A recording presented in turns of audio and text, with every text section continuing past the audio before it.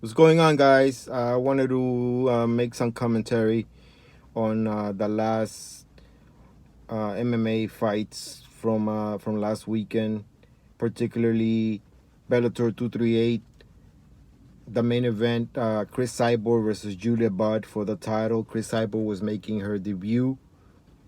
She looked amazing, great debut, I would say. Julia Budd was defending her title.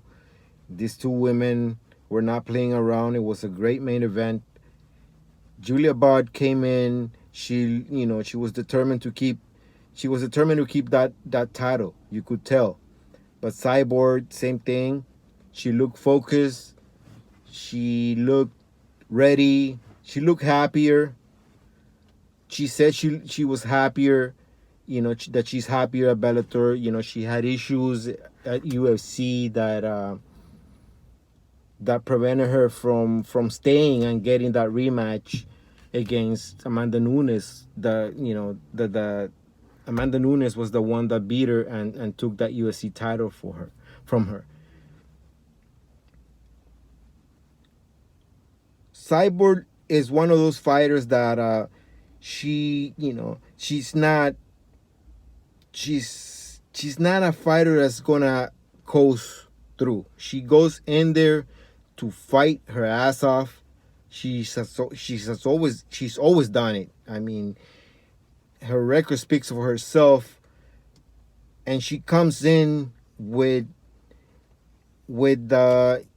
she doesn't necessarily have a game plan where she's going to coast or she's going to just use ground game or just do wrestling or just do clinch. No, she uses that mix part of mixed martial arts. She combines, she makes combinations, she boxes, she takes things to the ground, she clinches, she kicks, and she overwhelmed Julia Budd. Julia Budd was tower over her. She was bigger, she looked more powerful, and she tried to use the clinch game, maybe to gas Cyborg out, and maybe then later start striking. But that didn't play out as good for her because the Cyborg just in the clinch she kept reversing it. She would separate and she was kicking, and those kicks were taking their toll on Julia Budd, and Cyborg just she kept the intensity. She kept pushing as the rounds went by. At one point, it reached the ground. In the ground, Cyborg took the top position. It was an amazing fight, very dramatic too. A lot of drama. Julia Budd's coach, from which I understand is her husband, he was trying to motivate her, keep her in the fight. He was yelling elbows, elbows. He was trying to get that that eye of the tiger out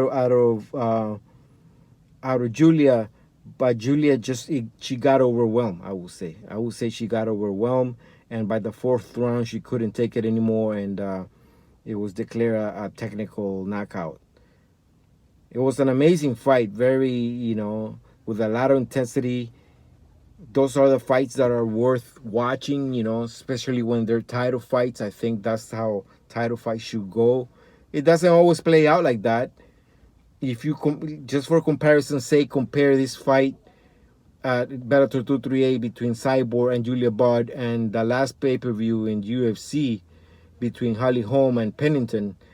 That Holly Holm and Pennington fight was a dud, man. It was crazy. I think that Jackson Camp gave Holly Holm the instructions to just play the clinch game and avoid a striking match because it would have played to Pennington's strength. And yeah, Holly Holm got the win. It worked, but it was a sucky match. It sucked ass. I mean,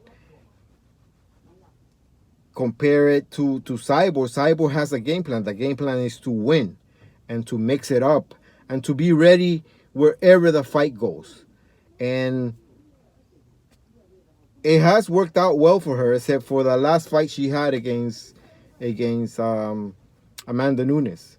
And that's a rematch that I would have loved to see, because I think in a rematch, Cyborg would be a lot more competitive. She would adjust a lot better, and it would be an amazing rematch.